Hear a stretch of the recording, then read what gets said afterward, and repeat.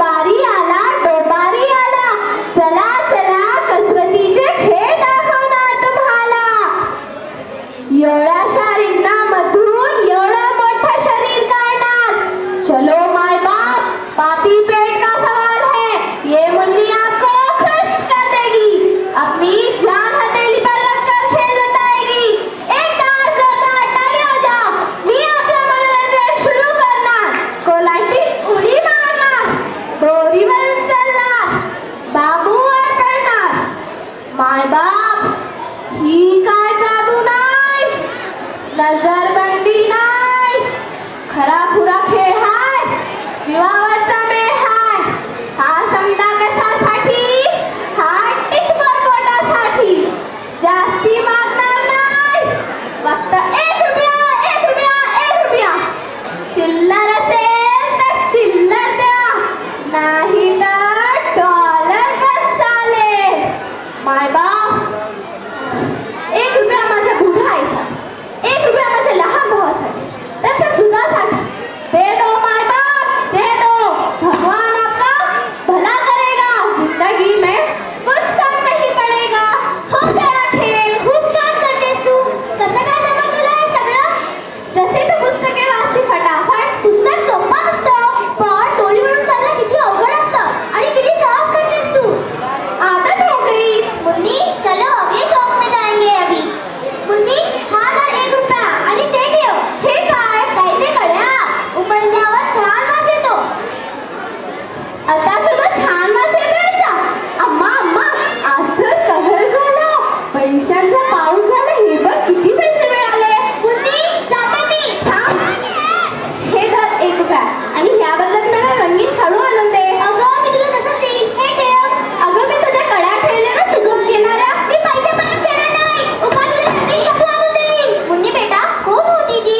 काय माहित, लय गुणाची माझी पण तुला काय कमी पडू नये.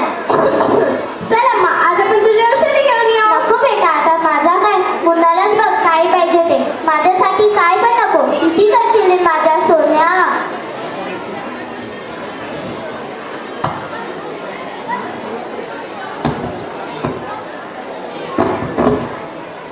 हे बघ मी तुझ्यासाठी काय आणले. वडापाव. वडापाव.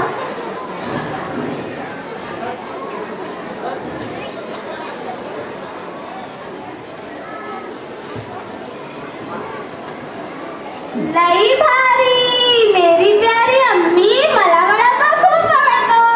म्हणून तर आणला ना. तुझ्याच पैसा तुझ्यासाठी. ऐसा क्यों बोलती रे तू, बुरा लगता मुझे. 5 दिवस नाही राहिला बेटा माझे. काय अम्मा, काय कमी आहे का तुला? आता मी लहान नाही, दिवसाला 50 रुपये कमवते. सच है, तुझा लहानपणा हरवले बघा मी. 2 सालाची होती तेव्हापासून रस्त्यावर उतरले. मी दोरीवर उचलताना तुझ्या रस्त्यावर उड्या मारायची. अम्मा, बुरा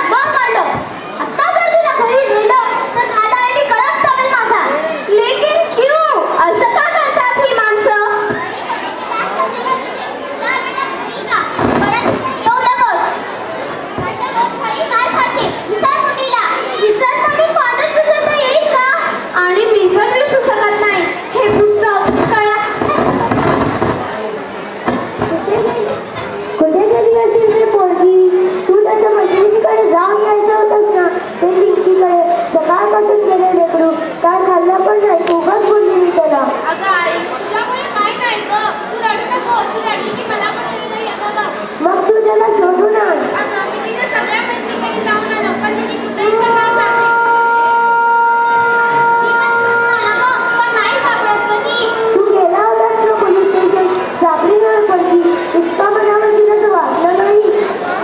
अगं मला तर डोळ्यात साक्षी येतो, त्यांनी तर नेणार असेल सुनीला. तू असं काय बोलू नकोस रे, माझी पहिलं कळलं होतं, आता मलाच भीती वाटायला लागली. अगं पोलीस काहीच करत नाही, उगी प्रश्न विचारतात. पण मी आता तिला काही कुठे करणार नाही. मी तर माझ्या सगळ्या वस्तू तिला देऊन टाकेन. मी तर आधीच काढून ठेवले. दादा काय तुम्ही काय म्हणू नका, चला आपण सुनीला शोधून आणू. कुठे कुठे आहेस का तू? हे बघ मी तुझ्यासाठी काय आणलंय. सुंदर कडे आणले. डब्यात पोळी पण आहे गं. मी जेवली नाही का तुझ्यासाठी? बुद्धी, ए बुद्धी, कुठे आहेस का तू? बुद्धी, हे बघ मी तुझ्यासाठी इंग्लिशचं पुस्तक आणलंय. आता मी तुला इंग्रजी शिकवणार. आता तू भीक मागायची नाही. पण हा, खेळ सुद्धा बंद करायचं नाही का? कारण तो मला खूप आवडतो. बुद्धी, बुद्धी. आई, हे बघ, मी सापडली. सुनी, कुठे गेली होतीस ग? सकाळपासून शोधते तुला. कुठे गेली होतीस ग? परत असं झालं नाही ना आम्हाला सोडून? ती कुठे गेली? गेली तर ती. कोण? बुद्धी गेली गं. तिची आई म्हणाली, आम्हीच जातो गाव सोडून. आणि खरंच गेली गं ती. काल या ठिकाणी त्यांचा खेळ होता. आणि गेली गं ती दूर. गेली.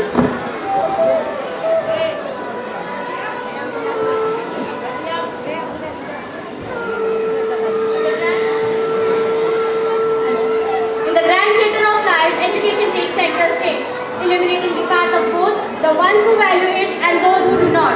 For those who value it, it serves as a beacon, a catalyst propelling them towards enlightenment and success.